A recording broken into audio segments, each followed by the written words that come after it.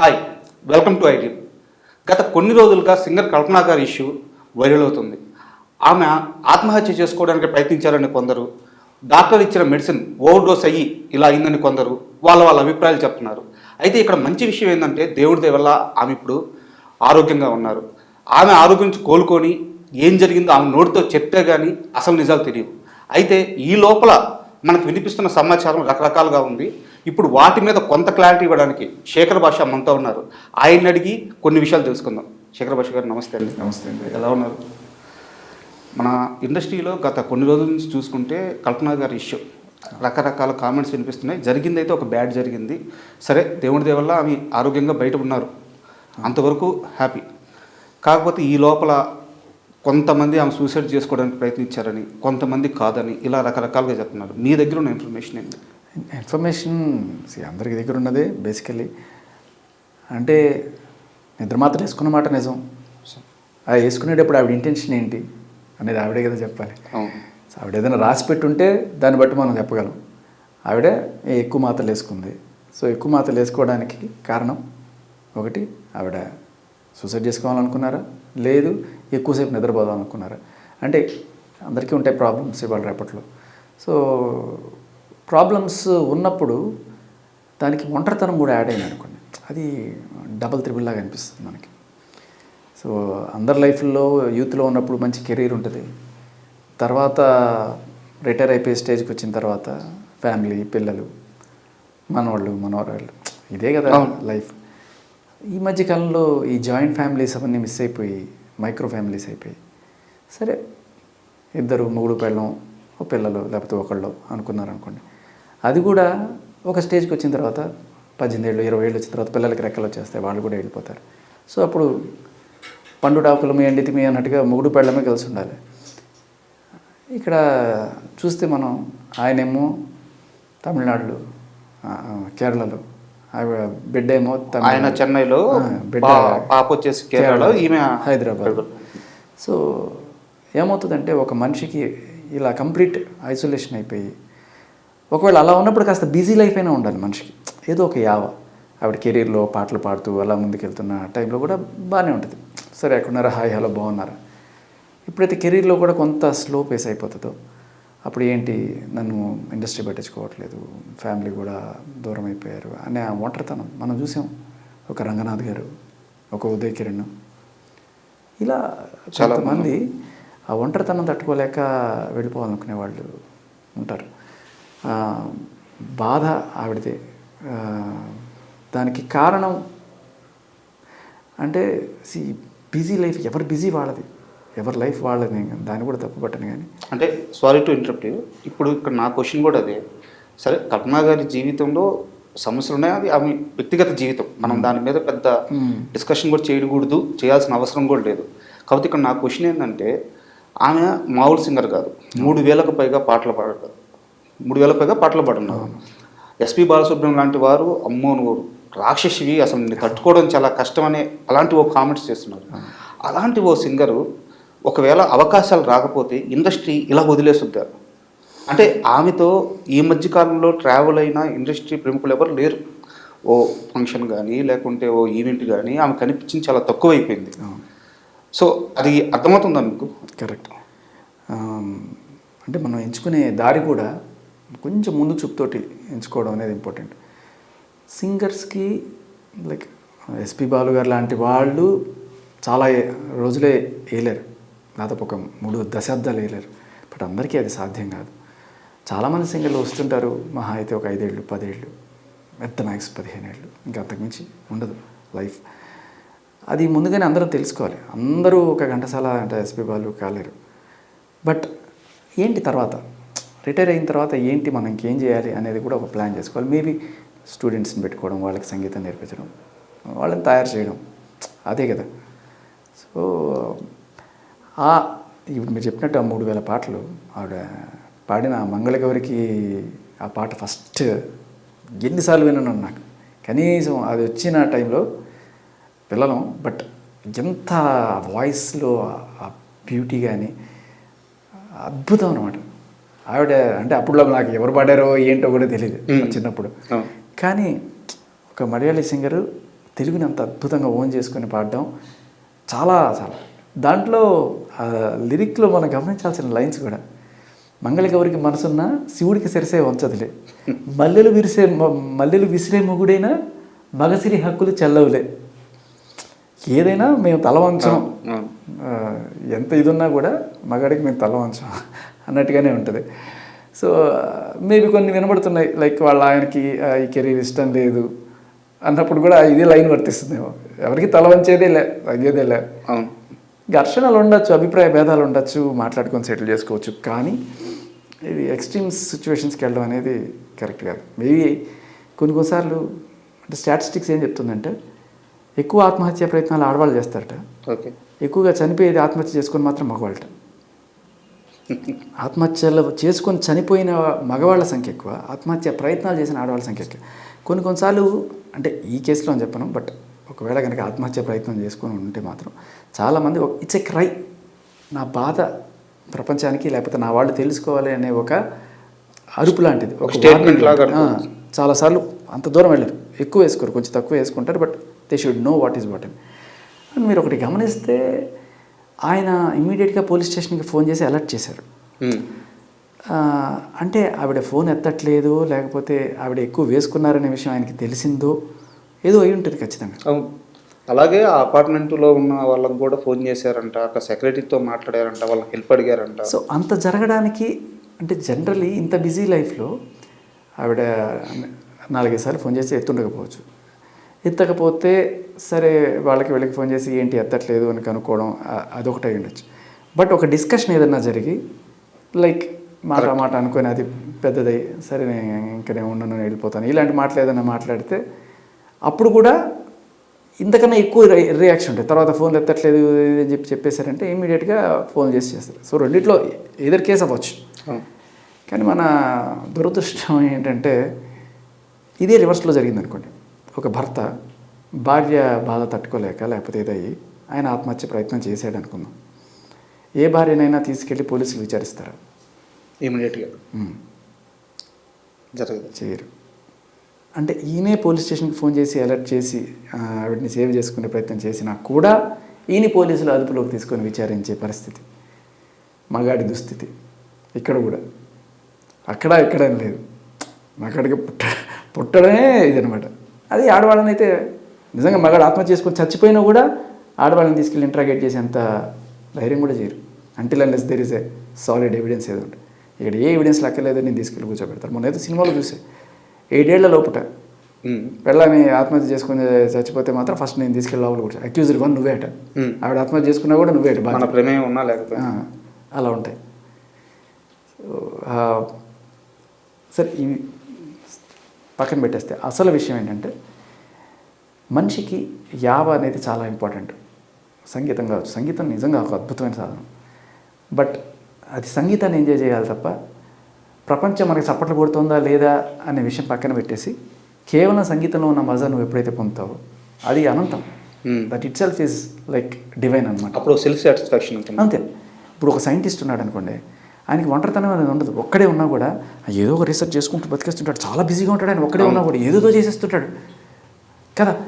So మనకి భార్యతో పాటు ఇంకో పెళ్లి చేసుకోవాలి, అదే ఒక గోల్. అది మనకి ఇష్టమైన రీసెర్చ్ చేసేది అయి ఉండాలి. ఒక క్యూరియాసిటీ అనేది బుర్రలో ఆ పురుగు తొలుస్తూ ఉండాలి. ఎప్పుడైతే అది చచ్చిపోతుందో మనకి వేరే వేరే వేరే సపోర్ట్ కావాల్సి వస్తుంది. ఆ సపోర్ట్లు కూడా ఫ్యామిలీ నుంచి మిస్ అయిపోయి, ఇండస్ట్రీ నుంచి మిస్ అయిపోయి, అన్నీ మిస్ అయిపోతే అలాంటి టైంలో అంటే ఎంత లేదనుకున్నా మీరు ఆమె వేరు వేరు సీజన్లో అయినా సరే మీరిద్దరు బిగ్ బాస్ ఫ్యామిలీకి చెందిన వారే. సో కొన్ని ఈవెంట్స్లో అయితే మీరు కలుస్తూనే ఉంటారు. నేను అన్ఫార్చునేట్లీ ఆవిడ ఇప్పుడు దాకా కలవలేదు. బట్ బిగ్ బాస్ ఎస్ అన్ని సీజన్లకి కలిపి ఒక క్లబ్ ఉంటుంది. ఏ బిగ్ బాస్ సీజన్ 7 వాళ్ళైనా 6 వాళ్ళైనా మమ్మల్ని పిలుస్తుంటారు, మేము వాళ్ళని పిలుస్తుంటాం, అందరం కలిసి like we are group of family. But unfortunately event అయితే దగ్గర నుంచి అయితే చూస్తుంటారు కదా? లేదు, చూడలేదు, అన్ఫార్చునేట్లీ చూడలేదు. బట్ అంటే ఈ క్వశ్చన్ ఎందుకు అడిగానంటే ఆమె కల్పన గారు అందరితో కలవడానికి చాలా ప్రయత్నం చేస్తారు. అంటే తన ఒంటరితనం బయటపడకుండా, తన లోపల ఉన్న ఆ భయము అవన్నీ బయటపడకుండా ఒక గంభీరంగా కనిపించడానికి, నేను ధైర్యంగానే ఉన్నాను అని చూపించడానికి అందరితో ఈజీగా కలిసిపోతారు, అందరితో బాగా మాట్లాడతారు. బట్ అది కూడా వర్కౌట్ అవ్వలేదని ఒక టాక్ అయితే అవ్వచ్చు, అయ్యుండొచ్చు. కాకపోతే ఏంటంటే నలుగురిలో కలిసినప్పుడు అందరితో మాట్లాడతాం, కలుపుకోలుగా మాట్లాడతాం, వాళ్ళు కూడా మాట్లాడతారు, అంతా పై మాటలు ఉంటాయి. At the end of the day వెళ్ళిపోయిన తర్వాత ఎవరు కూడా మనకి మనసుకు నచ్చిన ఫ్రెండ్ అనేవాళ్ళు ఉండరు. అట్లీస్ట్ ఫ్యామిలీ, సరే ఇండస్ట్రీ వదిలేసింది, ఫ్యామిలీ కూడా లేదనుకున్నాం, ఒక మంచి ఫ్రెండ్ కలిసి ఎవరైనా అబ్బాయి కానీ అమ్మాయి కానీ ఎవరో ఒకరు, ఎస్, అట్లీస్ట్ ఒక మంచి గోల్, ఇవి రెండూ లేకపోతే తొందరగా ముసలాళ్ళు అయిపోతారు, తొందరగా వెళ్ళిపోతారు. కొంతమంది ఉంటారు, మీరు గమనించండి, వాళ్ళకి ఎన్నాళ్ళైనా సరే వాళ్ళలో ఆ యూత్ఫుల్నెస్ అలాగే ఉంటుంది. ఎందుకంటే they are always into something, they'll keep doing something. Uday Kiran చూడండి, రంగనాథ్ గారు చూడండి. ఉదయ్ కిరణ్ లైక్ ఆయన చదువులో పెద్ద రాణించలే, ఇండస్ట్రీకి వచ్చాడు, తక్కువ మనకి ఆయనకు ఫేమ్ వచ్చింది, టప్ టప్ టప్ అని వరుస పెట్టి సూపర్ మెటిక్యులస్ రైజ్ అది. సో ఆయన ఏంటి, యాక్టింగ్ చేయడం మాత్రమే. తర్వాత ఒకవేళ ఫ్యూచర్లో రిటైర్ అయిపోతే ఏంటి, ఎన్నాళ్ళు ఉంటావు హీరోగా? 10 ఏళ్ళు 20 ఏళ్ళు, సరే తర్వాత ఏంటి? అందరూ బాలయ్య బాబు లాగా చిరంజీవి లాగా ఉండలేదు. తర్వాత కూడా 60 years దాటినా కూడా వాళ్ళు లైక్ 20 ఏళ్ళ హీరోయిన్తో డ్యాన్స్ చేయగలరు వాళ్ళు.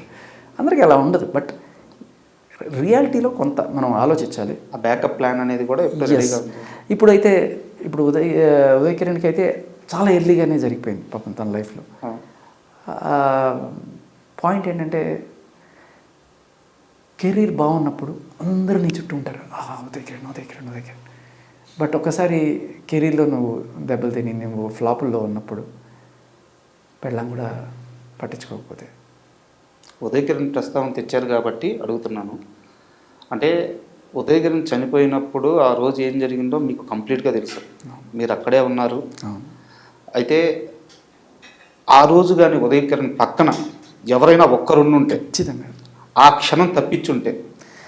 ఉదయ్ కిరణ్ రేడియోకి చాలాసార్లు వచ్చాడు. ఎస్పెషల్లీ నేను నాన్ స్టాప్ 100 గంటల మ్యారథాన్ చేశాను రేడియోలో, ఆపకుండా 4 రోజులు ఆహారాలు నేను నిద్ర లేకుండా కంప్లీట్గా చేశాను. ఆ టైంలో ఫైనల్ లాస్ట్ 1 అవర్లో తన గెస్ట్గా వచ్చాడు. చాలా it's like a good friend. ఇప్పుడు రాజ్ తరుణ్ ఎలా నాకు ఫ్రెండ్, ఉదయ్ కిరణ్ అప్పట్లో చాలా మంచి స్నేహితుడు. కానీ అంత అడపదడప మాట్లాడుకునే ఇది ఉండదు. నాకేంటంటే ఈ పబ్బులు ఈ కట్లకి దూరంగా ఉంటారు, మందులో ఫ్రెండ్స్ ఉండరు నాకు. బట్ ఆయనతో అప్పుడప్పుడు ఉండేది. ఏంటి పరిస్థితి అప్డేట్లు. తర్వాత జెమినీ మ్యూజిక్లో కూడా విజయం చేసేప్పుడు చాలాసార్లు ఇంటర్వ్యూలు మీరు చేసినట్టే నేను అలా సేమ్ ఇదే ప్లేస్లో ఉదయ్ కిరణ్ కూర్చోబెట్టి శ్రీరామ్ తర్వాత 2-3 సినిమాలు కూడా చేశాను.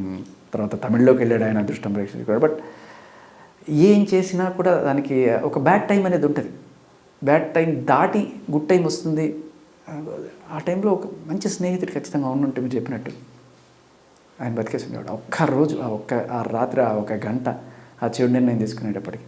అండ్ చెడు సావాసాలు, చెడు సావాసం అంటే ఫ్రెండ్స్ అని కాదు, మందు సిగరెట్లు ఇంకా మాదక ద్రవ్యాలు, ఆయనని కాదు మామూలుగా జనరల్గా ఎప్పుడైతే ఇవి తీసుకుంటాం ఒకసారి ఆ హై లోపల నుంచి వెళ్ళిపోయినప్పుడు సడన్గా డిప్రెషన్ వచ్చేస్తుంది. ఏంటి జీవితం ఎందుకని చెప్పి. సో అది కూడా చాలా డేంజరస్. అది ఆయన మందుకి దూరంగా ఉండడం వల్ల కూడా కాస్త బెటర్ అయ్యేదేమో. కానీ అలా ఈ చేత్తో మోసే ఆయన. అదే ఆ రోజు కనీసం భార్య కూడా చూడడానికి రాలేదంటే చాలా బాధ వేస్తుంది. కాస్త చెప్తారు. అనాథ సేవన్లాగా అక్కడ నిమ్స్ హాస్పిటల్లో పంచగుట్టలో అలా ఉంటే టీవీల్లో న్యూస్ చూసి ఎక్కడెక్కడో వాళ్ళు, అంటే నాకు తెలిసి నేను అప్పుడే ఫస్ట్ వెళ్ళిపోయాను. అప్పుడే కొంతమంది మన ఇండస్ట్రీకి సంబంధించి ఈయనతో పాటు యాక్ట్ చేసిన కొంతమంది స్టంట్ మెన్, ఫైటర్స్ వాళ్ళందరూ వచ్చి అక్కడ నిలబడ్డారు. ఏం జరుగుతుంది, ఇంకా బాడీ లోపల ఉంది, వాళ్ళు ఎవరన్నా వస్తే కానీ చేయలేరు, వాళ్ళు ఎవరు లేరు, వాళ్ళ అక్క యెమెన్లోనూ సౌదీలోనూ ఎక్కడో ఉన్నారు. కట్టుకున్న భార్య అయితే కనీసం కూర్చోలేదు.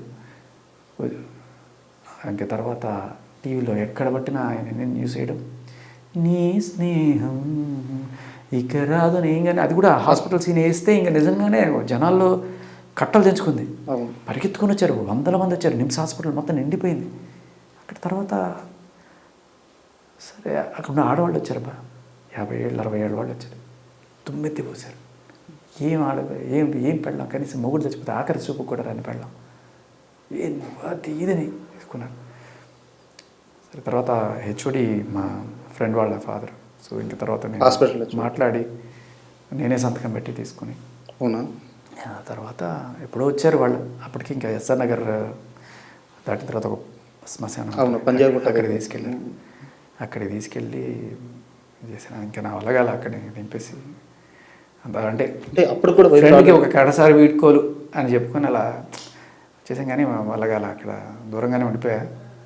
ఇంకా ఇండస్ట్రీ పెద్దలు వచ్చారు అప్పటికి, మన మూవీ ఆర్టిస్ట్ అసోసియేషన్ వాళ్ళు వీళ్ళు వచ్చారు, తీసుకున్నారు, చేస్తున్నారు. అది తెలిసి మొత్తం ఒక శ్మశానం స్టేడియం అయిపోయింది ఆ రోజు మొత్తం. కనీసం ఒక 500 మంది దాకా శ్మశానాలు అలా చుట్టూ అలా ఉన్నారు. జరిగింది దహనం. ఆ కొరివి పెట్టే ఆ సెకండ్న ఒక్కడెవడో అరిచాడబ్బా. ఒక పెద్ద ఆయన్ని డౌన్ డౌన్ డౌన్ డౌన్ అని అరిచాడు. 100 మంది ఒక్కసారి ఇంకా అందరూ కూడా ఆ star down down down down down down అని.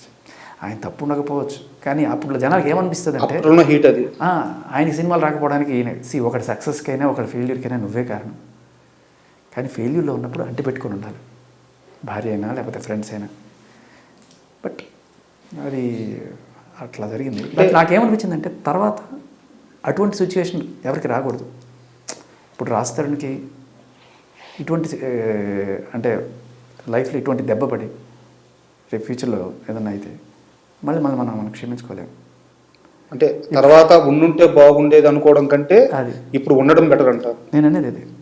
ఎవరన్నా మీ ఫ్రెండ్స్ ఎలా లోన్లీగా ఉన్నప్పుడు వాళ్ళని పలకరించండి, ఫోన్ చేయండి, ఎలా ఉన్నావు, జస్ట్ ఒక నోటి మాట. వాళ్ళకి ఏం అవసరం లేదు, నువ్వు డబ్బులు ఇవ్వక్కర్లేదు, ఏంటి కాసేపు వెళ్ళి కూర్చోండి, వాడికి ఇష్టమైతే ప్యాక్ ఆడండి, లేకపోతే చెస్ ఆడండి, కాసేపు కూర్చోండి. ఐ డోంట్ ఎంకరేజ్, బట్ కొంతమందికి మందుల స్నేహాలు ఉంటే ఏదో ఒకటి కాలక్షేపమైనా చేయండి. ఆ టైంకి అతన్ని ఎస్ అది దాటించడానికి అంతే. మంచి ఇన్స్పిరేషన్ ఇవ్వండి. అరే 50లో 60లో హీరోలు అద్భుతంగా అవుతున్నారు. టైం వస్తుంది. భగవద్గీతలో ఒకటి ఉంటుంది, ఒక సంతోషంగా ఉన్నవాడు బాధపడేవాడు సంతోషంగా ఉన్న విషయం ఒకటి చెప్పయ్యా అంటాడు. అంటే ఈ క్షణం శాశ్వతం కాదు అంటాడు ఆయన. బాధలో ఉన్నా ఇది శాశ్వతం కాదు, ఎందుకంటే రేపు ఆనందం వస్తుంది. ఆనందంలో ఉన్నా శాశ్వతం కాదు, రేపు బాధ వస్తుంది. So just wait for your time అంతే. అది ఈవిడ చేసింది కూడా కరెక్ట్ కాదు.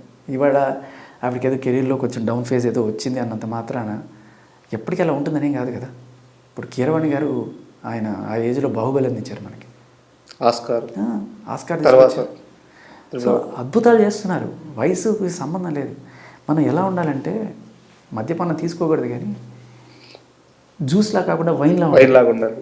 ఎందుకంటే వైన్ ఎంత ఓల్డ్ అయితే అంత వాల్యూ దానికి, అంత టేస్ట్ దానికి. బట్ జ్యూస్ 2 రోజులు కుళ్ళిపోతుంది. సో మనం ఎంచుకునే కెరీర్ కూడా అలా ఉండాలి. నేను యాంకరింగ్ చేశాను కొన్నాళ్ళు, నాకు తెలుసు కొన్నాళ్ళకే బ్యూటీ ఫేడ్ అవ్వదు. బట్ ఆర్జీ అలా కాదు కదా. అవును, ఇట్స్ వాయిస్, నీ ఇంటలెక్ట్, నీ తెలివితేటలే నేను తీసుకెళ్తాయి. ఇప్పుడు కూడా నీ మేధస్సును నమ్ముకో. ఓల్డ్ ఏజ్ అయిపోవచ్చు, ఇది పెరుగుతుంది ఇంకా పెరుగుతుంది. అండ్ అంటే మళ్ళీ కల్పన గారి విషయానికి వస్తే దీని మీద ఇంత చర్చ ఉండకూడదు, బయట నడుస్తుంది కాబట్టి అడుగుతున్నాను. ఒక క్వశ్చన్ మాత్రమే. ఇక్కడ పూర్తిగా 2 విరుద్ధమైన స్టేట్మెంట్లు వచ్చున్నాయి. వాళ్ళ కూతురు దగ్గర నుంచి ఒక స్టేట్మెంటు, డాక్టర్ల దగ్గర నుంచి ఒక స్టేట్మెంటు. కూతురు వచ్చేసి ఇది సూసైడ్ కాదు, జస్ట్ మెడిసిన్ ఓవర్ డోస్ అని చెప్పి అమ్మాయి ఒక స్టేట్మెంట్ ఇచ్చింది. డాక్టర్లు వచ్చేసి చూస్తుంటే సూసైడ్ లాగే ఉంది, మేము ఇప్పుడేం చెప్పలేము, ఆమె కోలుకున్నాక ఆమె చెప్పద్ది, బట్ నిద్ర మాత్రలు అయితే మింగారు, ఎక్కువగానే మింగారు అని చెప్పేసి 2 వేరు స్టేట్మెంట్లు వచ్చున్నాయి అన్నమాట. దీని మీదే ఇప్పుడు చర్చ నడుస్తుంది. ఇక్కడ చాలా చాలా ఇంపార్టెంట్. మొత్తం మనం మాట్లాడుకుని ఇవాళ డిస్కషన్ అన్నింటిలోకి ఇది చాలా హైలైట్ చేయాల్సిన పాయింట్. బ్రదర్, మీరు ఇది గట్టిగా వేయండి.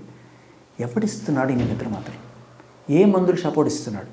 ఆడిని పట్టుకోండి ఫస్ట్. ఎలా ఇస్తావు నువ్వు? దానికి ఒక లిమిట్ ఉంటుంది. డాక్టర్ ప్రిస్క్రిప్షన్ ఉన్నా కూడా ఇంత దాటి ఇవ్వకూడదు ఉంటుంది. కొంతమంది డబ్బుల కోసం కక్కుర్తిపడో దేనికోసం కక్కుర్తిపడి ఇట్లా మాత్రలు ఇస్తున్నారు. ఇది చాలా పెద్ద నేరం. ఆ మెడికల్ షాప్ వాడు ఎవ్వడు కనుక్కొని ఫస్ట్ వాడు తాట తీయాలి. అలా ఎలా ఇస్తారు మెడిసిన్స్? చాలా డేంజరస్. Point number. ఇప్పుడు మీరు అడిగిన క్వశ్చన్కి వద్దాం.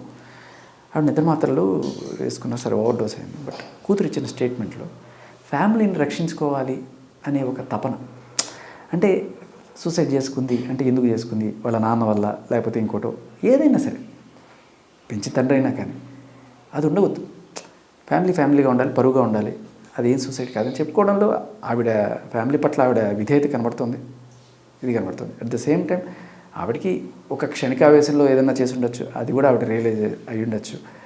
అది లేదు ఎన్నిసార్లు అంటే ఇది ఎట్లా ఉంటాయంటే ఫస్ట్లో ఒక నిద్ర మాత్రం వేసుకుంటే నిద్ర పట్టేస్తుంది. రెండో రోజు మూడో రోజు అది అలవాటు అయిపోయిన తర్వాత సరిపోదు. ఈ వీళ్ళు ఉంటారు కదా, ఫస్ట్ ముందు తాగుతాడు, ఒక పెగ్గు 2 పెగ్గులు 3 పెగ్గులు ఎందుకు తాగినా సరిపోదు. తర్వాత వాడు ఆఖరికి 4 మీద పాము కట్టేసుకుని స్టేజ్కి వచ్చేస్తాడు. అది చేస్తే కానీ వాడికి కిక్ ఉండదు అనమాట.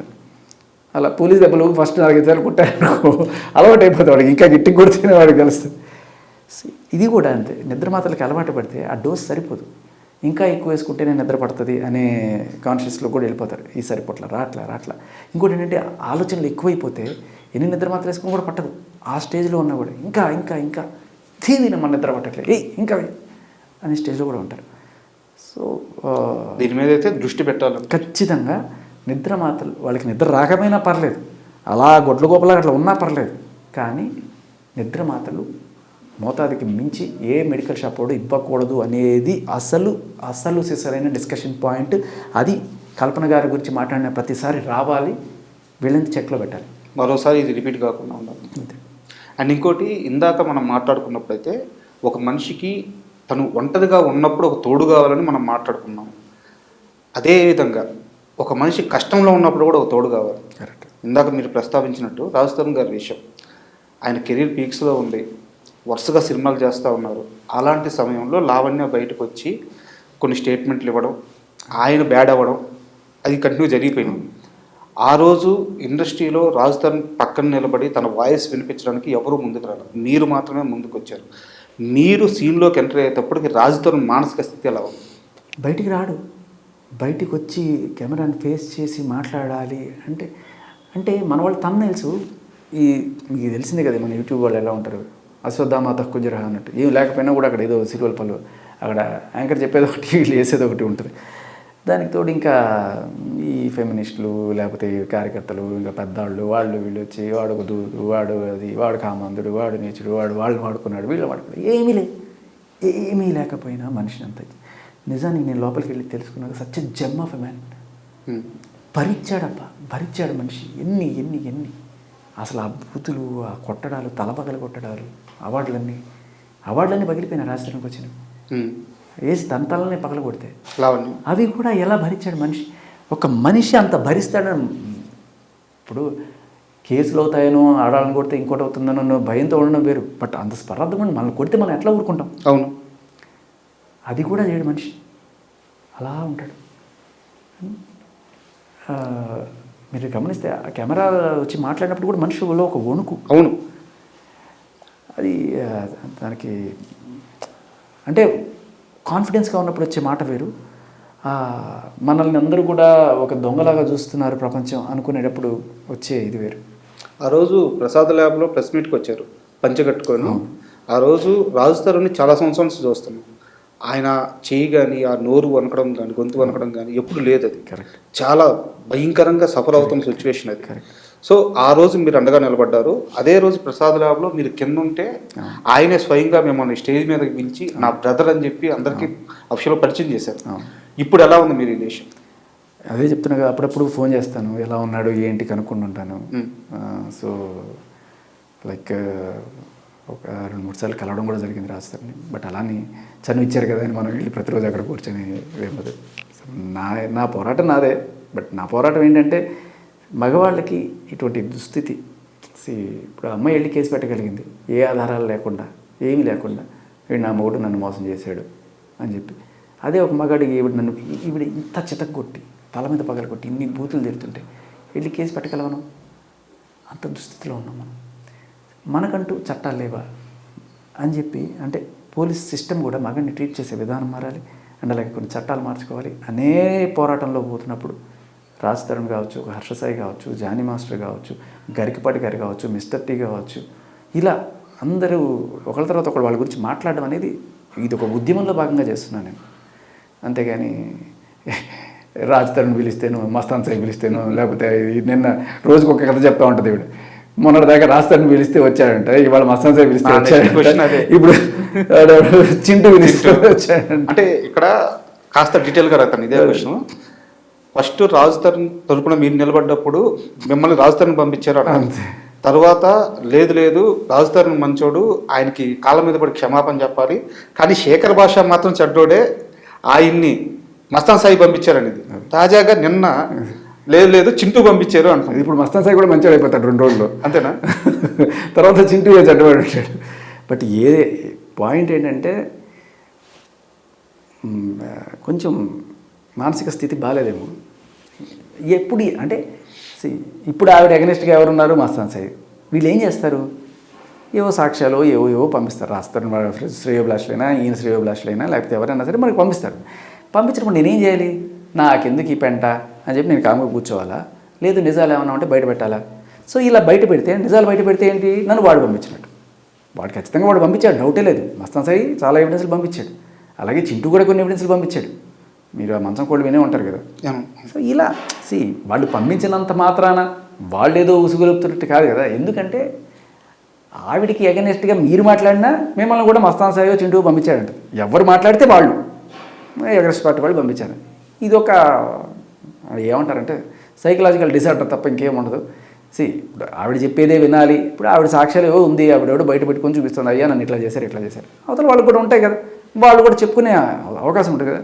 సరే వాడు జైల్లో ఉన్నాడు, లేకపోతే రాజధానికి భయం రాలేదు, వాళ్ళు పంపిస్తున్నారు. పంపించినప్పుడు నేనేం చేయాలి? నేను బయట పెడతాను కదా. నా దగ్గర ఉన్న ప్రూఫ్స్ ఇవి చూడండి.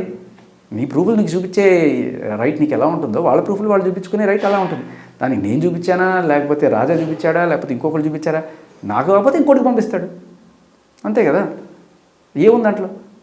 నేను గట్టిగా పాయింట్ టు పాయింట్ తీసి ఫస్ట్ నుంచి ఫాలో అవుతున్నాను కాబట్టి నాకు మొత్తం డాట్స్ అన్ని కనెక్ట్ చేసి నాకు క్లియర్గా ఉంటుంది కాబట్టి నేను క్లియర్గా ఎక్స్ప్లెయిన్ చేయగలుగుతున్నాను, అంతే. దానికి వాళ్ళు ఇచ్చారు, వీళ్ళు ఇచ్చారు అంటే ఏం లేదు, సింపుల్ బురద జల్లి కార్యక్రమం అంత మంచిగా.